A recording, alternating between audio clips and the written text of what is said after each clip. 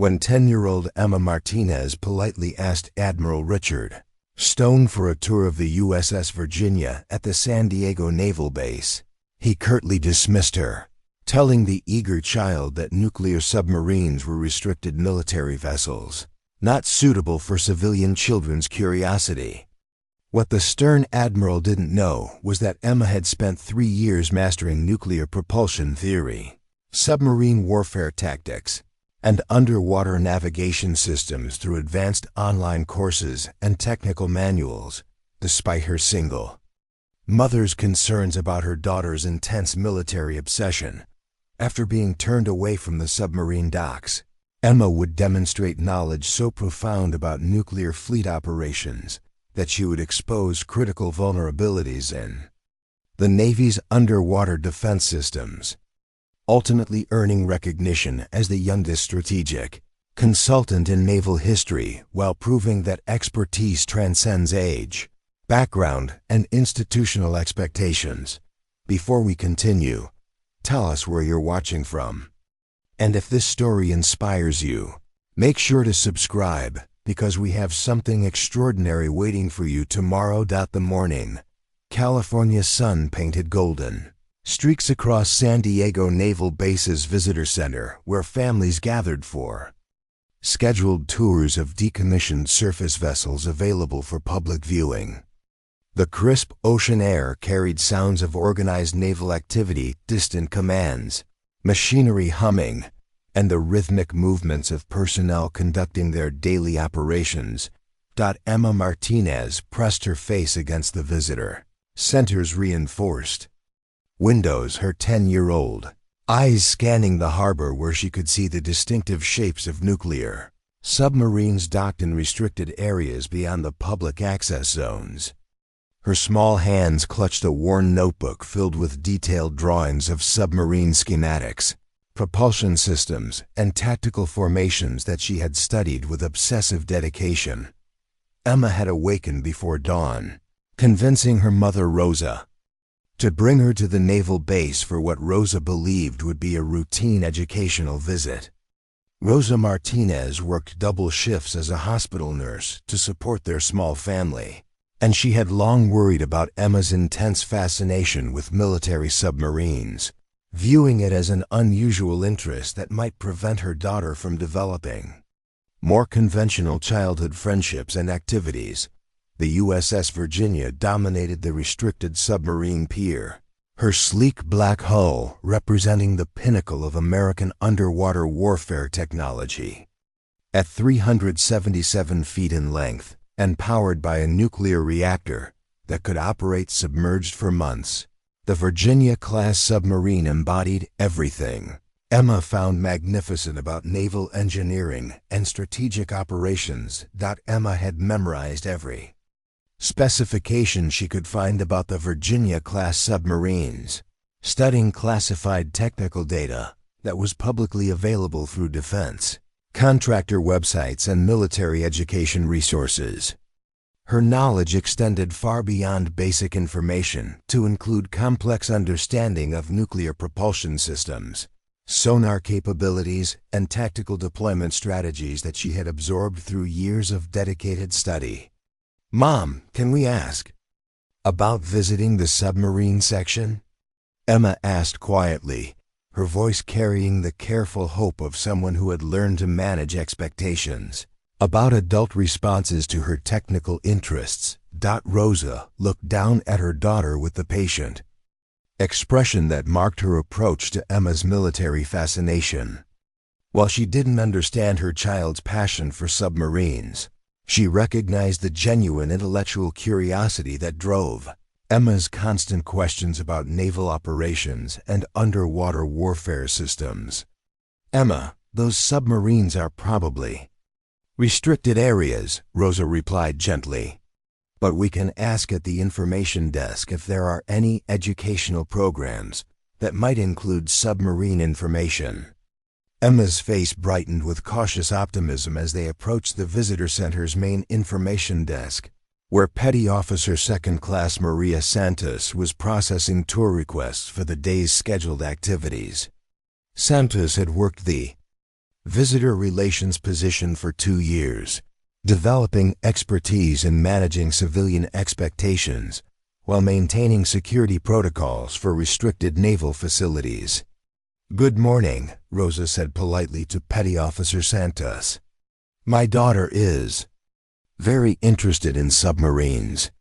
Are there any tours or educational programs that might include information about submarine operations?" Santos smiled at Emma with the friendly professionalism that marked her interactions with curious visitors. "We have excellent tours of our museum ships and surface vessels. Unfortunately, our submarine facilities are restricted areas that aren't included in civilian tours due to security and safety requirements." Emma's disappointment was visible, but she maintained the respectful demeanor that her studies of military culture had taught her was appropriate when dealing with naval personnel. "Ma'am, I understand about security restrictions. I was just hoping to learn more about nuclear propulsion systems and underwater navigation technologies." The technical precision of Emma's vocabulary surprised Santos, who was accustomed to civilian visitors with general curiosity about military operations rather than specific knowledge of submarine systems. Most children Emma's age asked about weapons or size, not propulsion technology and navigation systems. "You seem to know quite a bit about submarines already," Santos observed with genuine interest. "Have you been studying naval engineering?" Emma's enthusiasm became evident as she opened her notebook to reveal detailed diagrams and technical notes that demonstrated far more than casual interest in submarine operations. Her drawings included accurate representations of nuclear reactor layouts, sonar array configurations, and tactical formation diagrams that reflected serious study of advanced naval concepts. "I've been studying submarine warfare and nuclear propulsion for 3 years," Emma explained, her voice carrying the confidence that came from genuine expertise.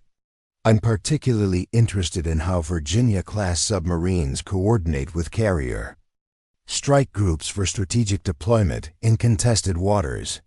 The sophistication of Emma's explanation sent a ripple of surprise through Santos, who recognized that this 10-year-old girl was demonstrating knowledge that exceeded most civilian adults' understanding of naval operations. Her use of terms like contested waters and strategic deployment suggested familiarity with concepts that required advanced study to comprehend. Before Santos could respond, the imposing figure of Admiral Richard Stone emerged from the administrative offices, his morning inspection tour bringing him through the visitor center where he could observe civilian interactions with naval personnel. At 55, Stone was a career submarine officer whose rise through the ranks had been built on rigid adherence to security protocols and unwavering belief in maintaining strict boundaries between military operations and civilian curiosity.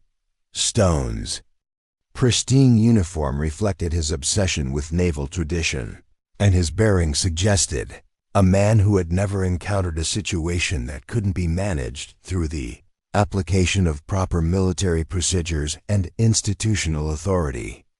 "Petty Officer Santos," Admiral Stone called out in his commanding voice, the kind that had been refined through decades of addressing subordinates in confined submarine spaces where clear authority was essential for operational safety.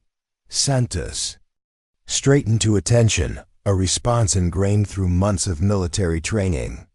"Yes, sir. Just assisting visitors with tour information."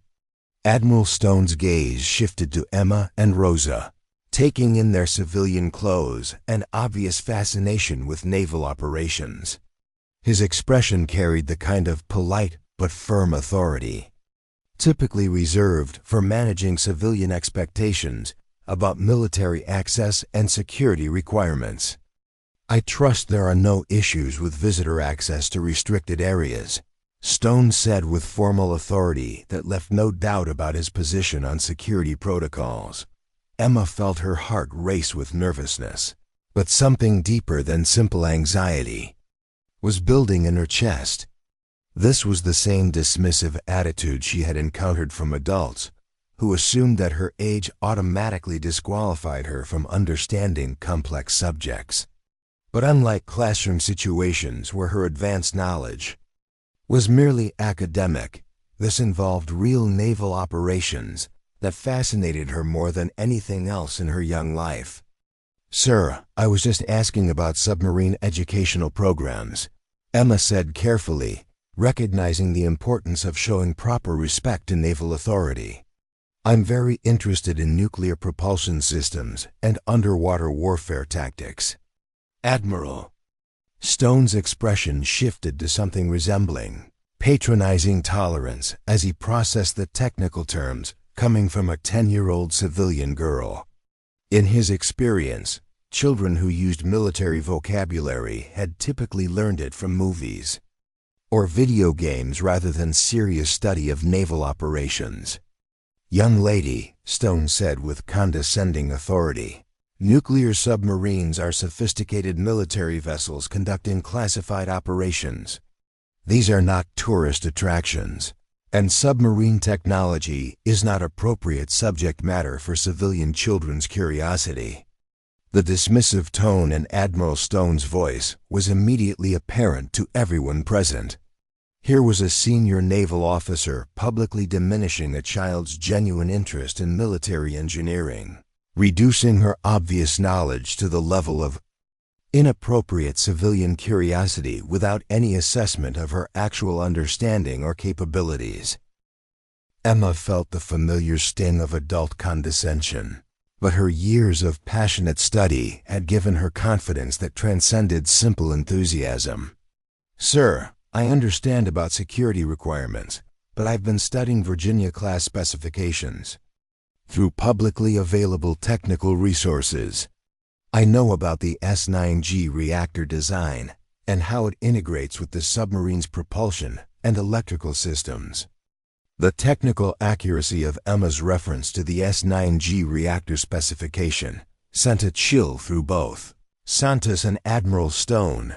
This 10-year-old girl was demonstrating knowledge of specific military systems that most civilian adults would never encounter, suggesting either exceptional individual study or concerning access to information that should have been restricted. Admiral Stone's expression darkened as he processed the implications of Emma's technical knowledge. "Miss, I don't know where you think you learned about military reactor systems, but nuclear submarine operations are classified matters that require years of specialized training and security clearances to understand.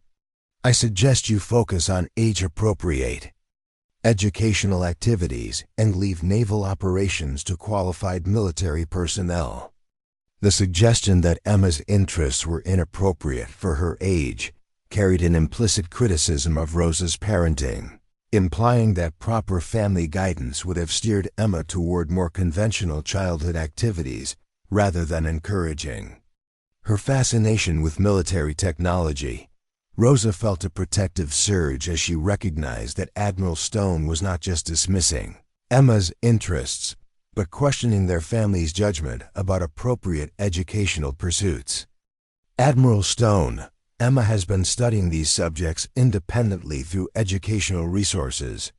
Her knowledge comes from genuine intellectual curiosity, not from any inappropriate sources." Stone's response reflected the institutional perspective that classified military systems required official oversight rather than individual civilian study, regardless of the educational merit or accuracy of such learning. "Mrs. Martinez, nuclear submarine technology involves national security considerations that extend far beyond educational curiosity. Children should not be encouraged to study classified military systems, regardless of their apparent interest or enthusiasm." Emma looked up at Admiral Stone with eyes that seemed far older than her 10 years, remarkably similar to the naval officer she had studied and admired. Determined, intelligent, and completely unintimidated by authority that wasn't backed by superior knowledge. Her years of studying submarine operations in solitude had prepared her for exactly this kind of institutional dismissal. "Admiral Stone," Emma said quietly, her words carrying across the visitor center with unexpected power. "Nuclear reactor technology isn't classified in its basic principles. The S9G reactor uses pressurized water cooling with uranium fuel assemblies that generate steam for turbine propulsion. The security restrictions apply to specific operational parameters, not to fundamental engineering concepts that are taught in nuclear engineering programs." The technical precision of Emma's explanation hit everyone present like a physical impact.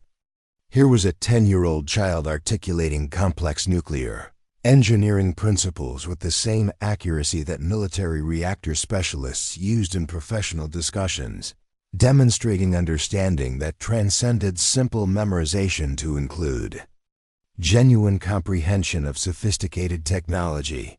Admiral Stone's face reflected growing irritation as he recognized that the civilian child was challenging his institutional authority through superior technical knowledge.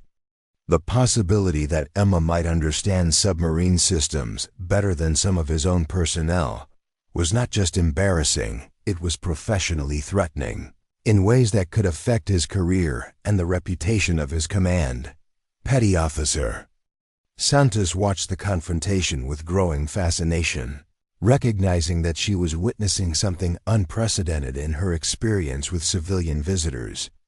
Emma's technical competence was undeniable, but the institutional implications of acknowledging such expertise from a 10-year-old civilian created complications that fell far outside normal protocols. As the morning sun climbed higher over San Diego Naval Base, casting sharper shadows across the visitor center where a child's profound knowledge was colliding with institutional pride, none of the assembled personnel realized that Emma's technical insights would soon expose strategic vulnerabilities that threatened the entire Pacific submarine fleet. The confrontation between exceptional individual capability and rigid military hierarchy was about to escalate in ways that would test everything the Navy believed about expertise, authority, and the unexpected sources from which critical strategic insights could emerge.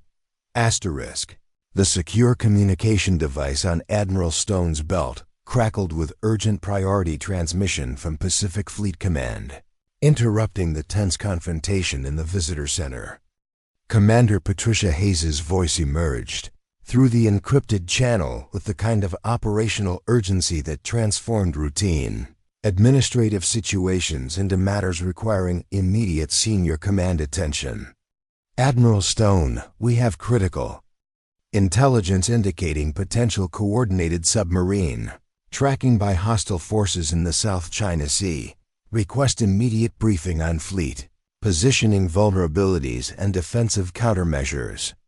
Hayes transmitted with professional efficiency that left no doubt about the strategic importance of the communication. Admiral Stone's expression shifted from irritation with Emma's technical knowledge to focused concern about operational security, threats that could affect the entire Pacific submarine fleet.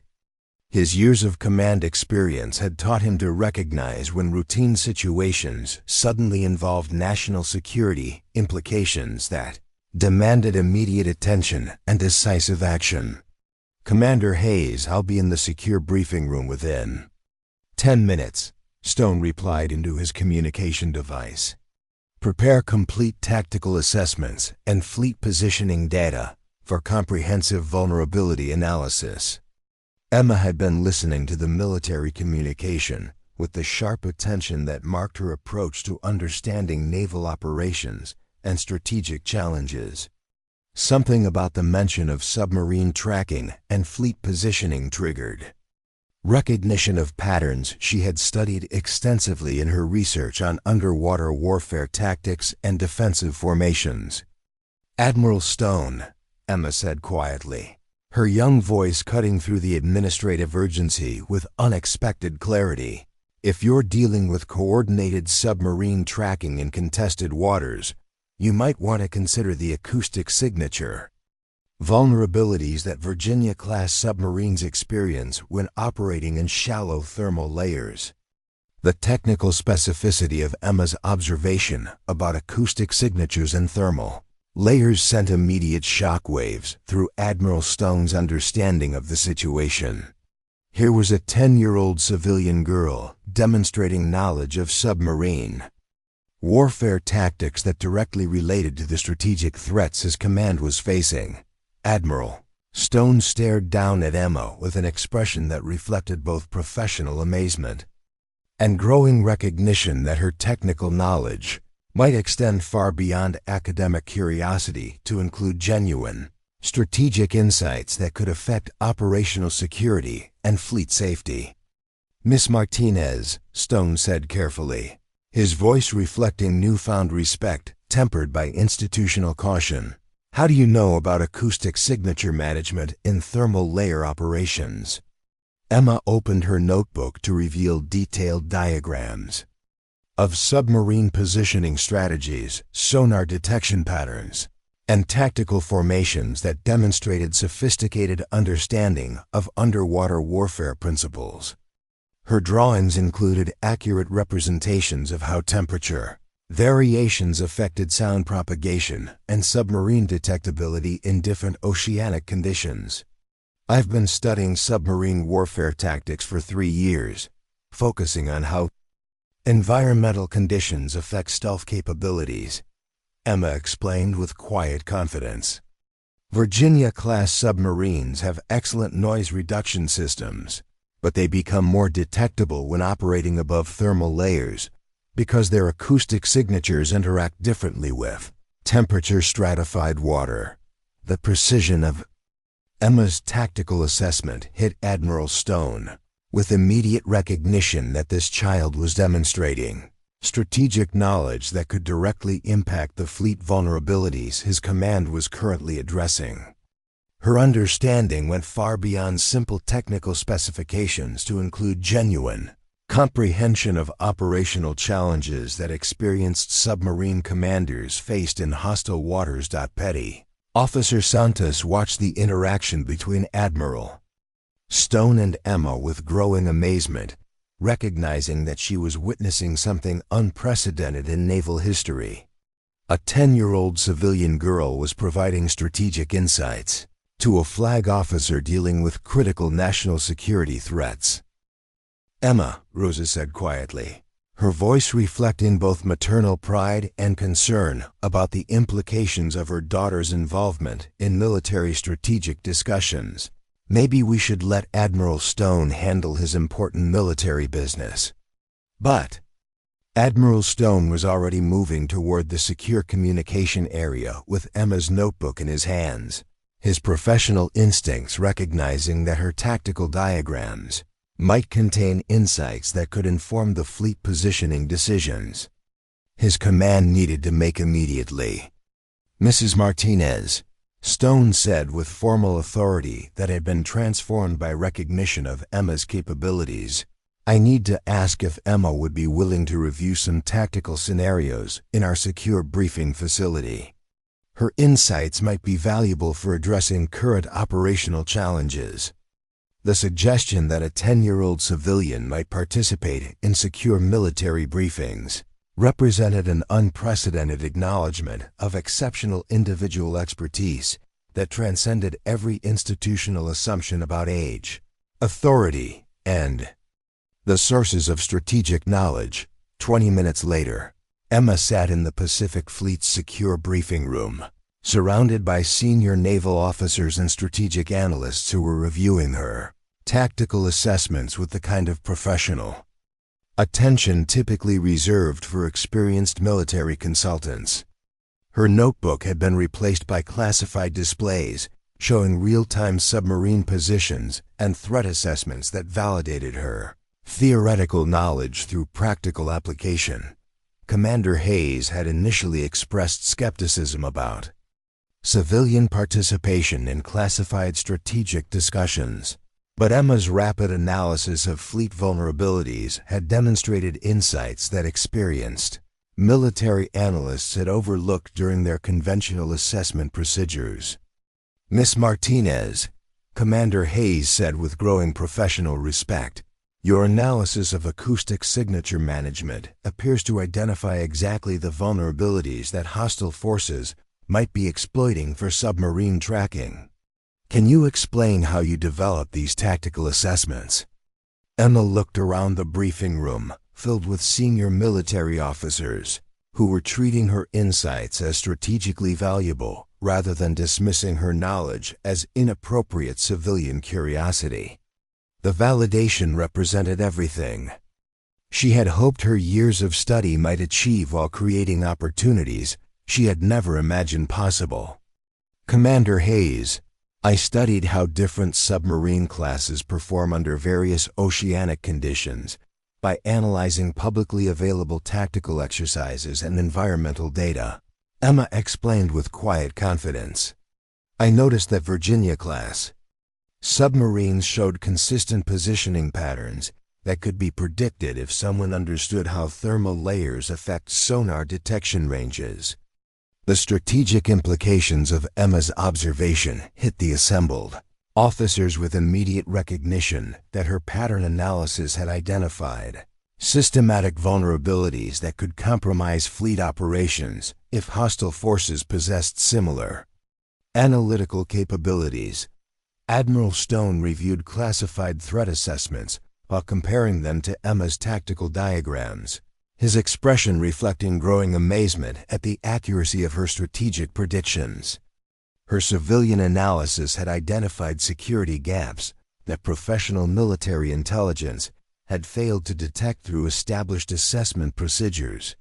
"Miss Martinez," Admiral Stone said formally, "your tactical insights appear to predict current threat patterns with remarkable accuracy. The hostile submarine tracking we're monitoring follows exactly the detection methodologies your analysis suggests would be most effective against our fleet positioning strategies." The confirmation that Emma's theoretical knowledge predicted real-world strategic threats represented validation that transcended simple technical accuracy to include genuine strategic competence that could affect national security and operational effectiveness. Captain Jennifer Walsh emerged from the Secure Communication Center carrying updated intelligence reports that provided additional confirmation of Emma's analytical accuracy. Her 20 years of submarine command experience had prepared her to recognize exceptional strategic thinking, but she had never encountered such insights from a civilian child. "Admiral Stone," Captain Walsh announced, "Pacific Intelligence confirms coordinated tracking activities that match Miss Martinez's vulnerability assessments exactly.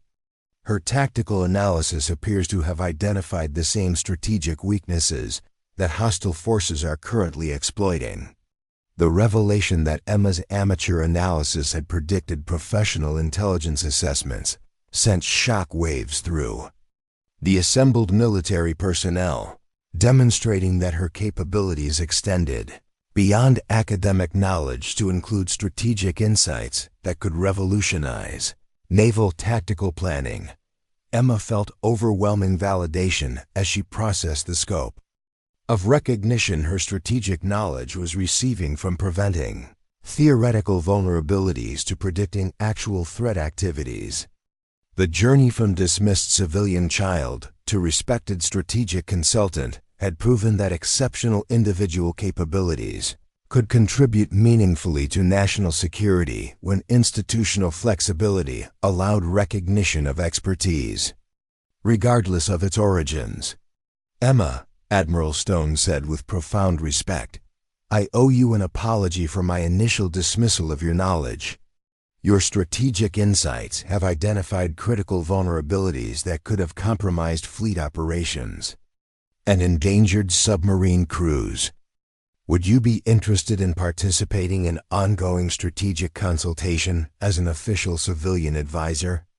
The offer of official recognition represented unprecedented acknowledgment of civilian strategic expertise, establishing Emma as the youngest strategic consultant in naval history, while validating the principle that exceptional capabilities deserved institutional support regardless of age or conventional qualifications. Emma looked up at Admiral Stone with eyes that reflected both excitement about advanced strategic opportunities and awareness of the responsibility such recognition would entail. Admiral Stone, I'd be honored to help protect submarine operations and keep sailors safe. I hope my work demonstrates that strategic thinking can come from anyone who studies carefully and cares deeply about naval effectiveness. 3 months later, Emma Martinez stood in the Pentagon Strategic Planning Center, wearing an official Department of Defense Civilian Consultant Identification badge, her tactical assessments having been implemented across the entire Pacific Fleet with results that exceeded every expectation for operational security improvement. The USS Virginia sailed through South China Sea waters with enhanced stealth protocols based on Emma's acoustic signature management recommendations. Her crew operating with confidence in detection, avoidance systems that had been refined through insights from a 10-year-old girl whose exceptional knowledge had revolutionized submarine warfare tactics. Admiral Stone approached Emma with quarterly assessment reports documenting the strategic benefits her consultation had provided to fleet operations. Emma, your tactical recommendations have reduced hostile detection incidents by 43% across all submarine classes. Your insights continue to exceed our established strategic planning capabilities. Emma smiled with the satisfaction that came from seeing her theoretical knowledge applied to protect real people and enhance national security. Her journey from dismissed civilian child to honored strategic consultant had proven that brilliance truly knew no age limit, requiring only the institutional wisdom to recognize excellence regardless of its unexpected origins. The legacy of strategic consultant Emma Martinez would endure in safer submarine operations, improved tactical procedures, and expanded recognition that exceptional capabilities deserve nurturing rather than dismissal, proving that innovation flourished when individuals were empowered to contribute their unique insights to purposes larger than themselves. Rosa Martinez watched her daughter's professional interactions with senior military officials with profound pride, recognizing that Emma's childhood fascination with submarines had evolved into genuine strategic expertise that served both her exceptional capabilities and the nation's security interests. She found her calling, Rosa said quietly to Admiral Stone, her voice carrying maternal satisfaction combined with amazement at her daughter's extraordinary achievements. The submarine knowledge I once worried about has become her greatest contribution to keeping others safe. Admiral Stone nodded with deep respect for both Emma's capabilities and her family's support. Mrs. Martinez, Emma has taught us that strategic excellence can emerge from the most unexpected sources. Her insights have made our entire fleet more effective while proving that institutional flexibility creates opportunities for extraordinary contributions. As the afternoon sun cast golden light across the Pentagon, where a 10-year-old girl had achieved recognition that transcended every assumption about age, authority, and strategic expertise, Emma Martinez continued her work analyzing tactical scenarios and developing innovations that would influence naval operations for generations to come. Her extraordinary journey from curious child to strategic consultant had established precedents that would reshape how military institutions identified and developed exceptional individual talents, proving that when expertise was recognized and nurtured regardless of its origins, both individuals and institutions could achieve greatness beyond conventional expectations.